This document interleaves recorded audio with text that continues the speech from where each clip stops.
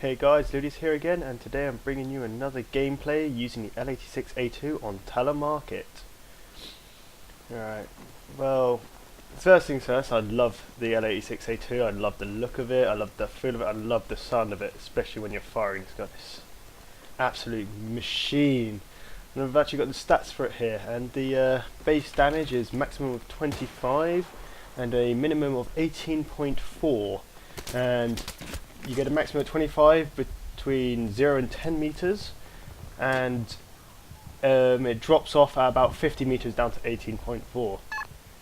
It has a 7% suppression per shot, so even if you don't hit the guy, you shoot say 20 rounds down, he's going to be pretty suppressed. I'm pretty sure he's not going to be able to. He'll be fully suppressed actually, so I'm pretty sure he won't be able to shoot you back, which should allow you either to kill him or someone else to come in and take the kill for you. What else have we got here? Yeah.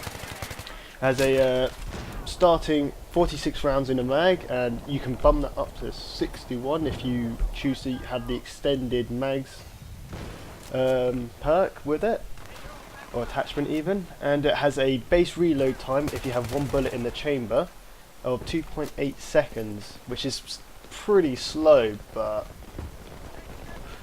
yeah. And also when it's completely empty, it's about 3.3 seconds, so you really don't want to be caught while trying to reload this gun if you've drained all your bullets, because it'll take a very long time for it to reload. So you should have a good sidearm, and I think I'm using the Rex. I love the Rex, I just love the way you reload it and its rate of fire, and it's just as good as the Mag 44 Magnum. This gun has a rate of fire of 750 rounds per minute, which is pretty quick, but it's obviously not as quick as some of the other weapons out there, like the AEK, the M16, and those common assault rifles, because this gun is more of an assault rifle than it's a lighter machine gun instead of a heavier machine gun. It has a bullet velocity of 640 meters per second, which is, yeah, it's alright. It's not the greatest, but it's also not the worst. Compare it to the QBU, I think it is, the LMG. That's got a ridiculous bullet velocity, so does the AUG A3. It also has a recoil of a 0.32 vertical recoil and a 0.15 left and a 0.25 right. I didn't see the point of running this gun with a foregrip, but you can and can't. You can if you want to, because apparently the foregrip also reduces the vertical recoil of this gun as well. At the moment I'm just running with heavy barrel and Cobra sights. And this LMG is by far my favourite, and well, actually I also like using the M27 IAR, and this gun's probably most comparable to that weapon. The M27 IAR has a max damage of 25 and a minimum damage of 18, so they're pretty much the same. Has the same suppression rate of 7% per round. Same magazine size, although the reload time on the M27 is considerably a lot lower, with a short reload, so that's when you have bullets left in the magazine, short reload of 1.9 and a long reload of 2.5, so it's a lot quicker than the L86, but the L86 is a bullpup design, which gives it slightly better hip-fire accuracy, but you shouldn't really be hip-firing this weapon. So, and the M27 also has the same rate of fire at 750 rounds per minute, but its bullet velocity of the M27 is 10 meters a second higher, clocking in at 650 meters a second. And the recoil is fairly similar as well. On the M27, it's got 0.35 recoil vertical, 0.1 left, and a 0.3 right. Enough about the statistics for these guns.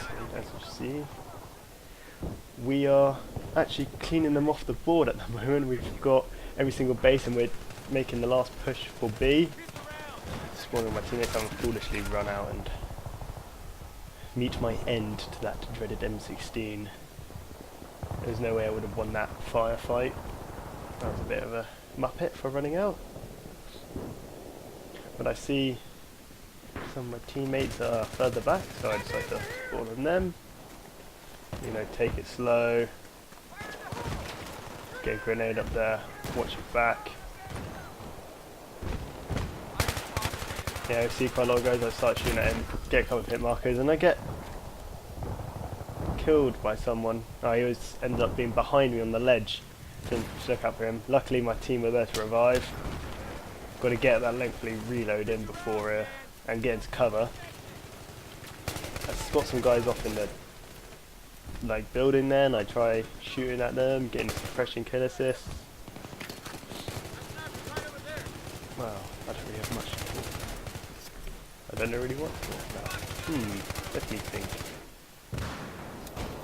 Well, as you can see, we're now we've pushed onto D, we've mopped it up, and now we're taking the point, which means because we were the US, we start off with deployment. The Russians now have nowhere to spawn apart from on their alive teammates. So we're just finishing here, like mopping them all up. You know, trying to see where they could be hiding. Find out see a sniper here. Take him out, and I wasn't realising there was also a guy in the garage next to him, and he ends up getting killed. I should have checked there first, to be honest. He was probably more of a threat. And I got revived. And there we go, and a Jeep tries to run me over. That's not nice. See a lot of dead teammates over there, but then I see all of our team going in there and they mop the rest of those guys up. And this is where it gets interesting, because although we've had every base, they managed to take D, so we're all rushing towards D, and then the game actually gets really, really interesting. It takes a long time to run up this road, but luckily we don't have bullets and grenades and everything flying left, right and centre. Make my way up here, and out of nowhere, a Jeep comes rolling down. Start shooting at it. Got to get that reload in. But I got caught within that reload by an engineer, and he took me out pretty quickly. I finally get revived, and I made the mistake of reloading here, even though I needed 3 bullets and I ended up getting killed by a guy with a Peshnig. There's a bit of a silly mistake by me. I should have stayed behind cover instead of trying to get up to the other side of the road. I see they're taking in one of my squad mates is there, so I decided to spawn on him. And then we just, you know, start scouting around, or trying to flank D, because I know this is where they're going to come from. This guy runs around the corner. I didn't really have enough time to react, and he gunned me down. Luckily my teammate was right behind me. And here we go, we're going to push up the, push around. Oh yeah, because I see guys coming back down. Got a kiss on that guy. And out of nowhere there's like 3 guys in this room. Take one out, hip fire the other, and then get taken down. You can hip fire this weapon, but it's not recommended because it's got quite a large spread. Like if you're standing, it has a 0.4 spread just standing still, and if you start moving, it increases that spread by another 1.5, making it pretty large. So you're not really, you're just going to be wasting your bullets more than anything. I mean, so I see that. And I think we've capped every base again, but they seem to be taking A at the moment. I mean, this game does, we do win by quite a lot, but they did make a comeback. I mean, it's like, because I've seen this happen to me many times in this map where the defenders have managed to, the attackers even have managed to cap every single base, and we've been basically buggered and there was no one to spawn on, and then a couple of guys have managed to cap a base and everyone just swarms onto it. It's good fun. This is probably one of my favourite maps on the Aftermath expansion, although I do like Epicenter as well. Epicenter, actually come to think about it, they're all really, really well done. Marquez, Monolith. Only thing I dislike about Marquez Monolith is the amount of cloth monsters you get camping on roofs, and it gets annoying. It gets annoying if you're like trying to run around and cap the bases and take out enemy helicopters and armor, and then you get these guys on the roofs shooting you down, and especially those and also in the massive monolith on B flag I think it is. Yeah, when all those guys get to the top, you have no chance of killing them unless you manage to like parachute in or fly the little bird in there. So yeah, well, the all maps are pretty decent. I'm trying to think of what other ones there are. Wait, there was 4, wasn't there? There's Marquez Monolith, Talah Market, and Epicenter. I really like Epicenter actually. I love the tremors they put into it and everything, although those tremors always seem to happen at the worst possible time.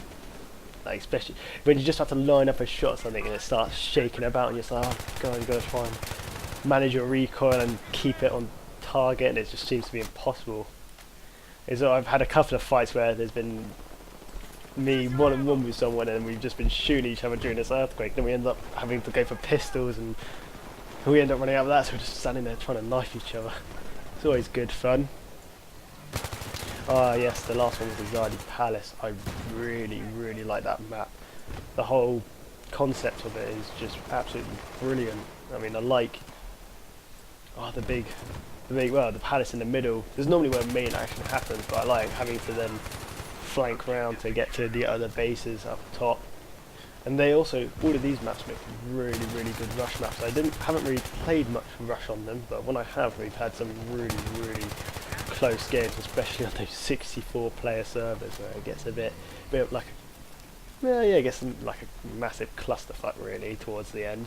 As someone's trying to funnel into the one area, but I think Talah Market is probably one of the best ones for the rush because you've got so many routes which you either have to defend or you can flank round, which is brilliant.